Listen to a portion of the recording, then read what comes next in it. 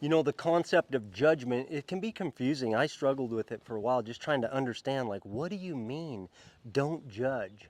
Don't judge people. I mean, what do you mean, don't judge people? I don't get that. How do I determine what's right and wrong? And how do I know what my values are and operate with integrity if I don't make judgments? I don't really get that.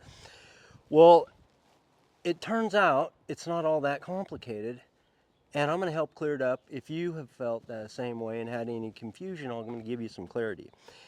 Uh, a couple thousand years ago, there was this gal, and she had been sleeping around, and these guys were picking up rocks and just about ready to pelt her with them until she died.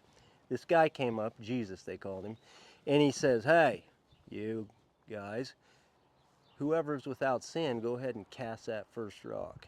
And they looked around, and they dropped the rocks and left. What he was saying is don't condemn someone else for an action that they did. Okay? That's flat out. Because you know why?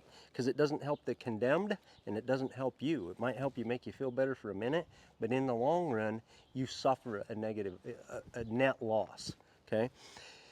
Then, by the way, he went up to the lady and said, "Hey, go on about your business, but don't do that anymore." He said, "Go on about your way, but sin no more," right?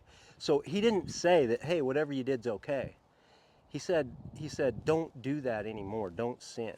Okay? So what that means is to understand judgment, what we do is we separate the action from the human being. That's what we do. We judge the action, but not the human being. And here's why. Who among us has not done something that we feel guilt and shame for?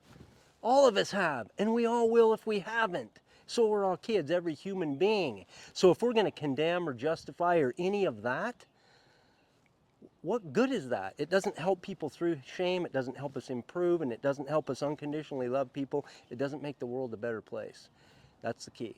Remember that. Hey, check out this week's podcast on judgment. It's a great one. Stay with me.